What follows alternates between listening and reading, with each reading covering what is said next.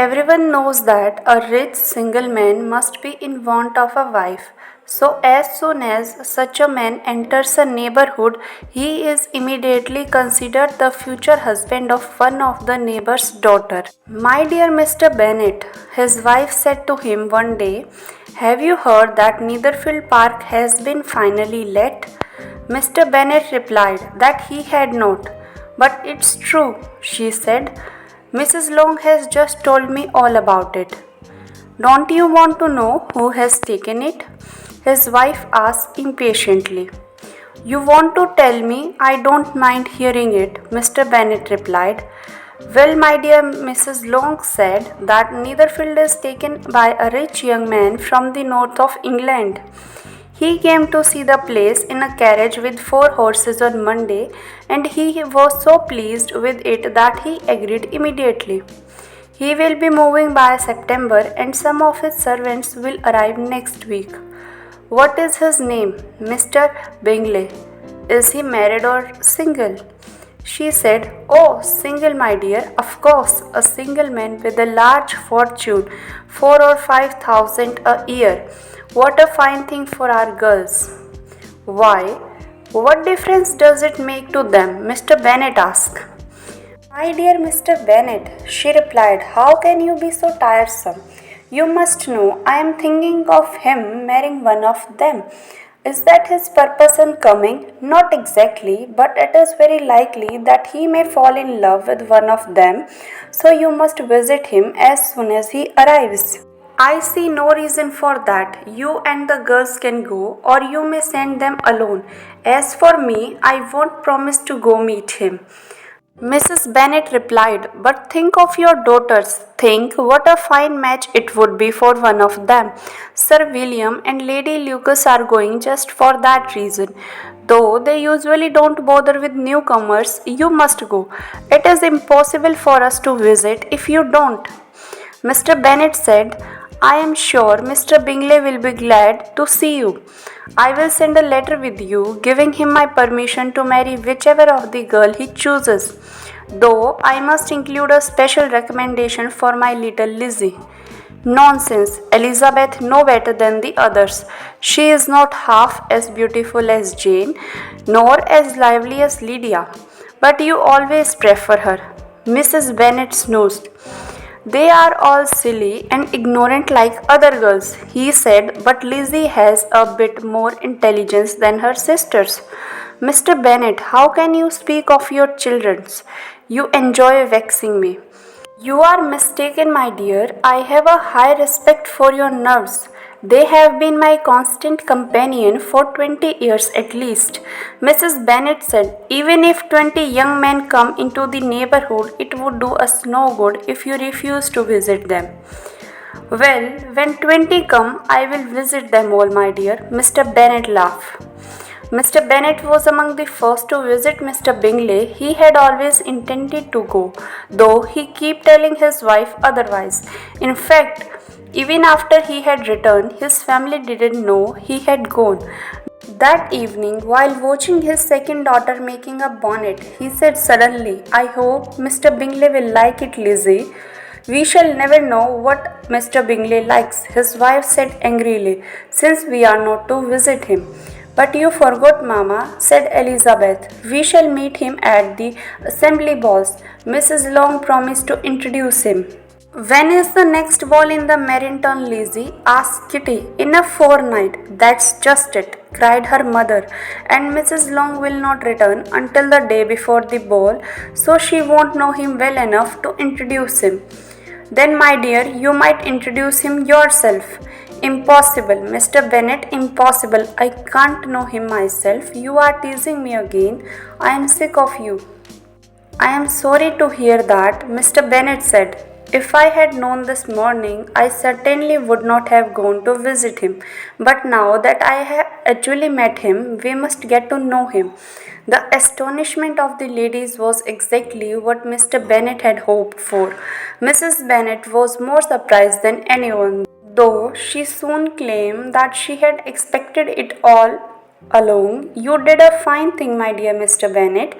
I knew I could persuade you. You love your daughters too much to let such an opportunity to pass. Girls, what a good father you have. I don't know how you will even pay his kindness. Lydie, my dear, I am sure Mr. Bingley will dance with you at the next ball, even though you are the youngest of your sisters. I am sure of it, Lydia said boldly, because I am the tallest, though I am the youngest. Few days later, Mr. Bingley returned Mr. Bennet's visit, spending about 10 minutes with him in the library. The women were lucky. Soon after, an invitation was sent for him to dine with the family, but a disappointing reply came. Mr. Bingley had to go to London the next day and could not accept. However, he had gone to gather a party for the upcoming ball. The party consisted of just 5 people: Mr. Bingley, his 2 sisters, the husband of the elder sister, and the younger man. Mr. Bingley was handsome and gentlemanlike. He had a pleasant face and easy manners. His sisters were fine women with fashionable appearance. Mr. Hurst, the brother-in-law, looked like any other gentleman, but Mr. Darcy soon drew everyone's attention. He was tall, handsome, noble in appearance, and soon revealed had an income of £10,000 a year. Gentlemen thought him good looking, ladies said he was much more than that, far more handsome than Mr. Bingley. For half the evening he was admired, until his manners gave a disgust. It was soon clear that he was proud, disliked company, and found nothing to his taste. Despite his large estate in Derbyshire, everyone found him unpleasant and less likable than his friend. Mr. Bingley made friends with almost everyone there. He was lively and sociable, danced the whole night, and even mentioned hosting a ball at Netherfield. His behavior made him universally liked. What a contrast between him and Mr. Darcy. Mr. Darcy danced only twice, once with Mrs. Hurst and other with Miss Bingley. He refused all other introductions and spent the rest of the evening walking about silently. Everyone agreed he was the proudest, most disagreeable man in the world and hoped he would never return. His biggest critic was Mrs. Bennet, who was particularly angry because he had insulted one of her daughters. Elizabeth Bennet set out 2 dances because there were not enough gentlemen. Mr. Darcy stood nearby and never once asked her to dance. Mr. Bingley danced twice with Jane and was friendly towards her. Jane was as pleased as her mother, though more quietly. Elizabeth shared in Jane's happiness. Kitty and Lydia were never without partners. Mary was satisfied hearing someone call her the most intelligent girl in the neighborhood, so the family returned to Longbourn in high spirits. Mr. Bennet, who had refused to attend the ball, was at home reading.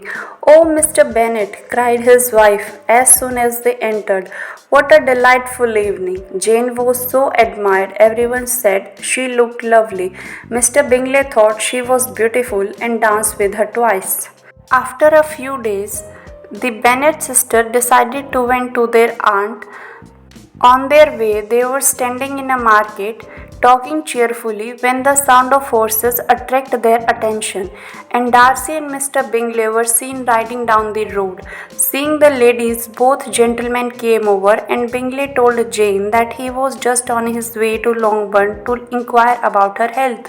Mr. Darcy bowed and was about to avoid looking in Elizabeth's direction when his eyes fell on a stranger. Elizabeth was startled by the effect of the encounter. Both men changed color, one turned pale and the other red.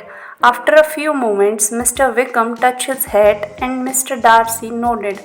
What could this mean? It was impossible not to wonder. The party soon dispersed, and the sisters went to visit their aunt, Mrs. Phillips.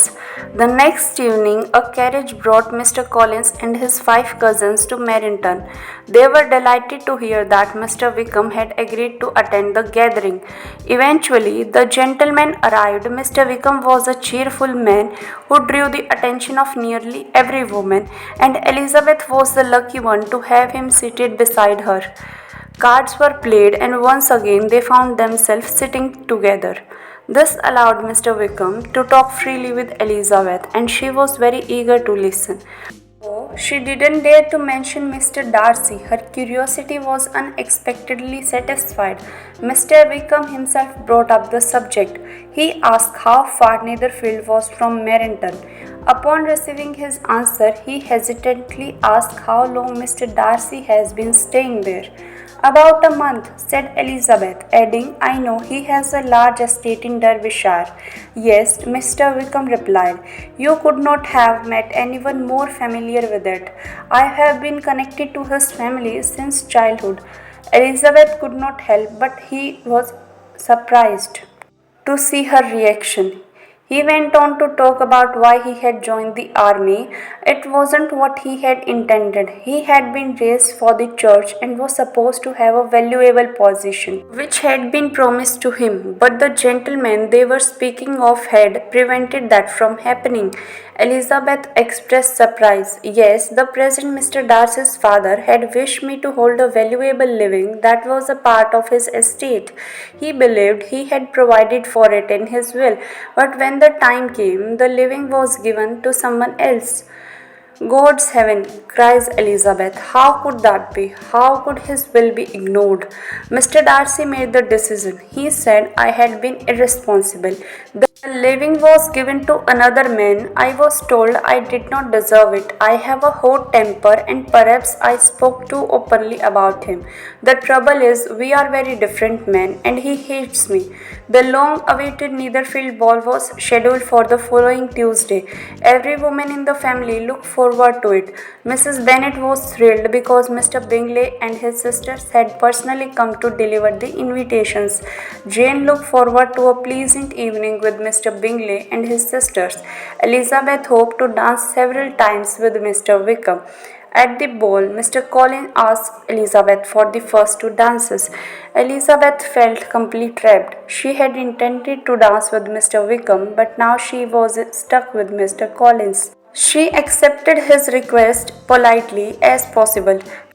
Still, she was not pleased that Mr. Collins had chosen her among her sisters.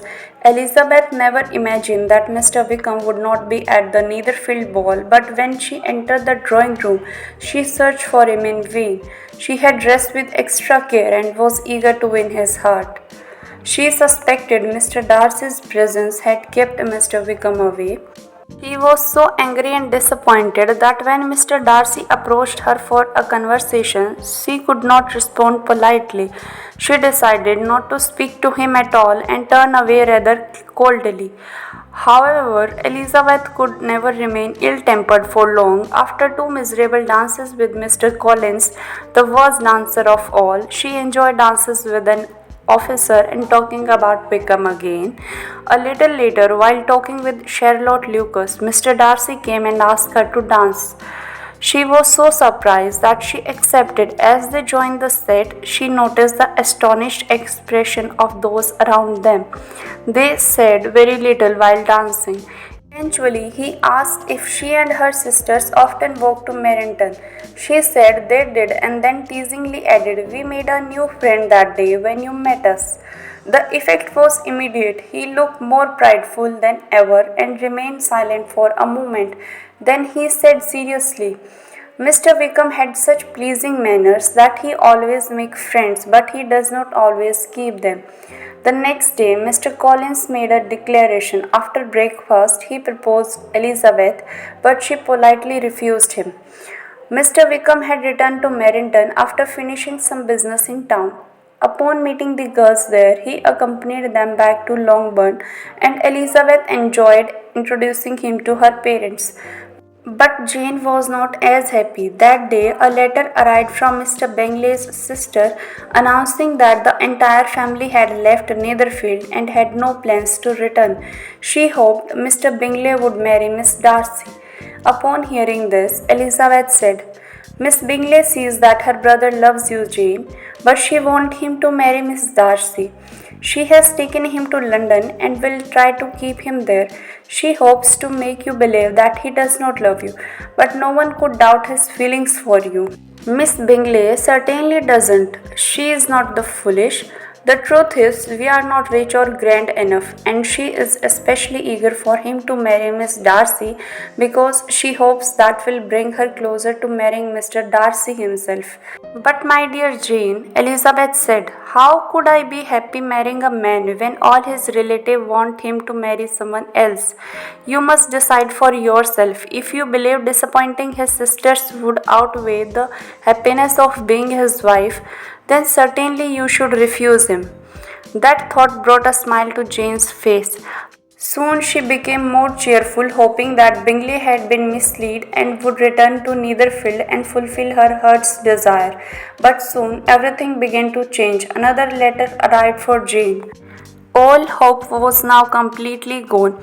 Miss Bingley again bragged that her expectation of a marriage between Miss Darcy and Mr. Bingley would soon be fulfilled.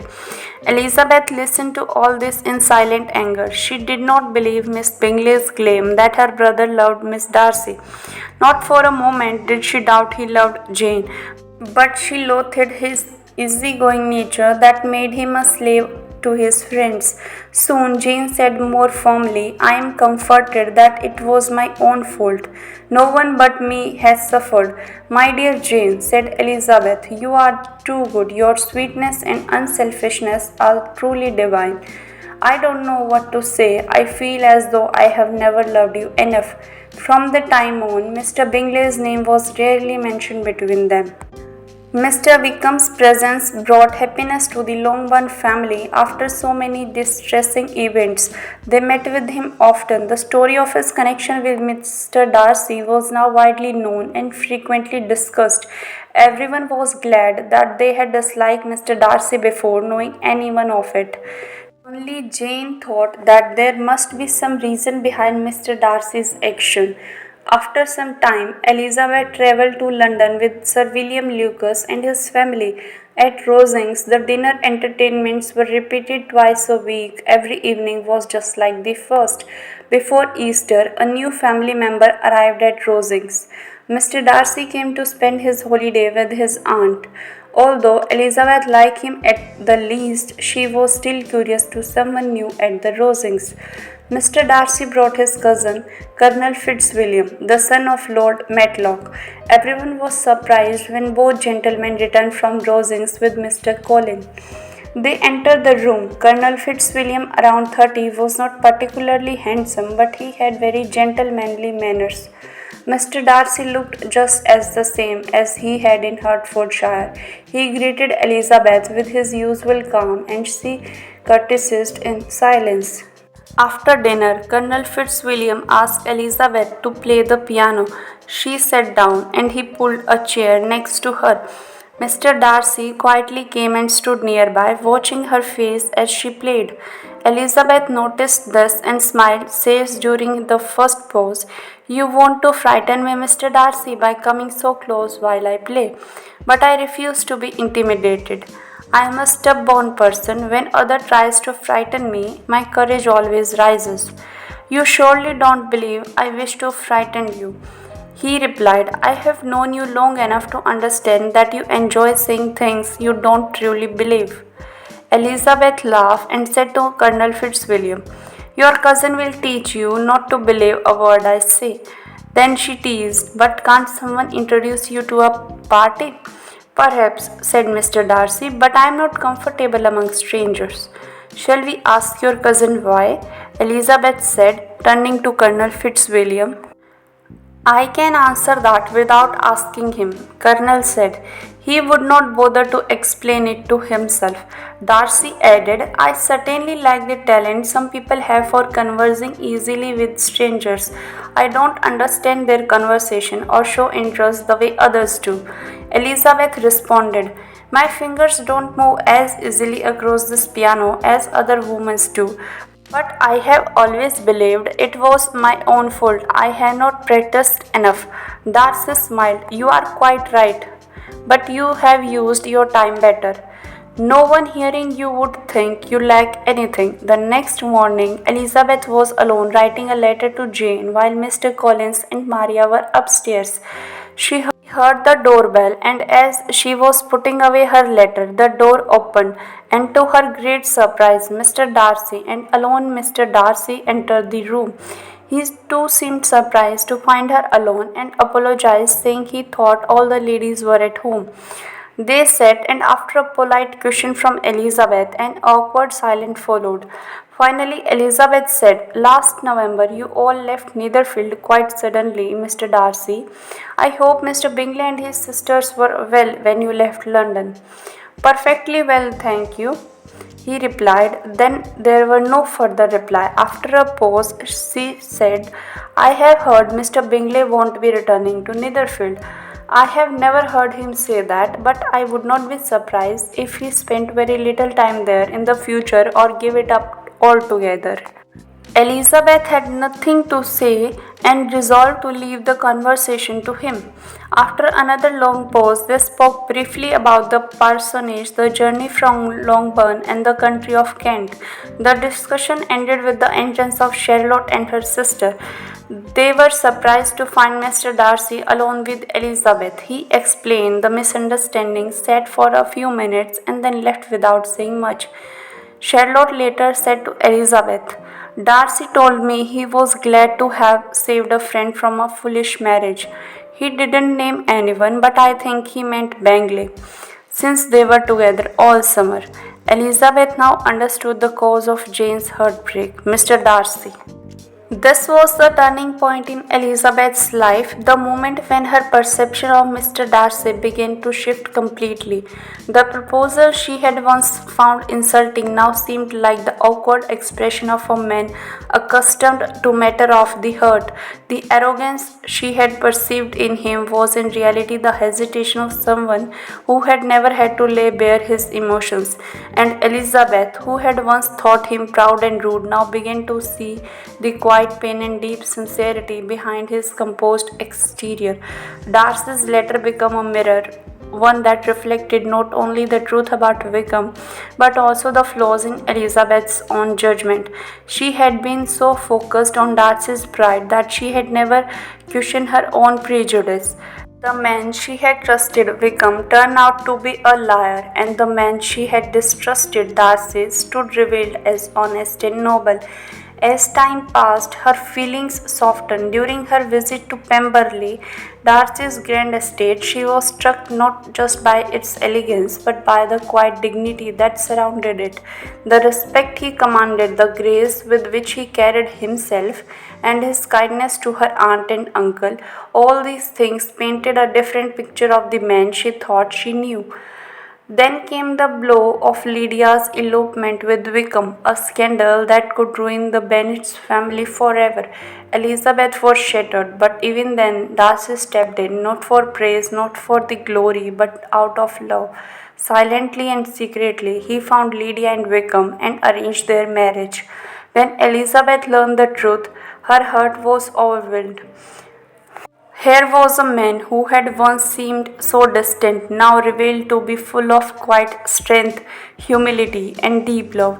The man she had once rejected now stood before her in her heart, transformed not by his words but by the depth of his actions. But she was proud of it. She repeatedly read the praise written about him by her aunt. It was hardly enough, but it made her happy. She also felt a bittersweet happiness in knowing how firmly her aunt and uncle believed that there was genuine affection between Mr. Darcy and her. Mr. Bingley returned with Mr. Darcy, and they came to see Jane. He apologized for staying away for so long and proposed marriage to her. Jane was overjoyed and accepted. Elizabeth was truly happy for Jane. One day, Mr. Darcy was walking out with Bingley and the Bennet sisters. He once again respectfully asked Elizabeth for her hand in marriage. This time, she proudly said yes, and they got married. Mr. Bingley and Jane lived in Netherfield for only a year. The sisters' dearest wish was fulfilled when Mr. Bingley bought a house near Pemberley, and Jane and Elizabeth were able to enjoy living close to each other. Kitty spent most of her time with her two elder sisters. In such company, she became much more improved. Darcy and Elizabeth begin their new life at Pemberley with great happiness. Their marriage symbolizes a union based on mutual respect, deep affection, and shared values, a satisfying and romantic conclusion. Jane Austen presents their love as one that has matured through trials, making their union not only a romantic triumph but also a moral and emotional victory.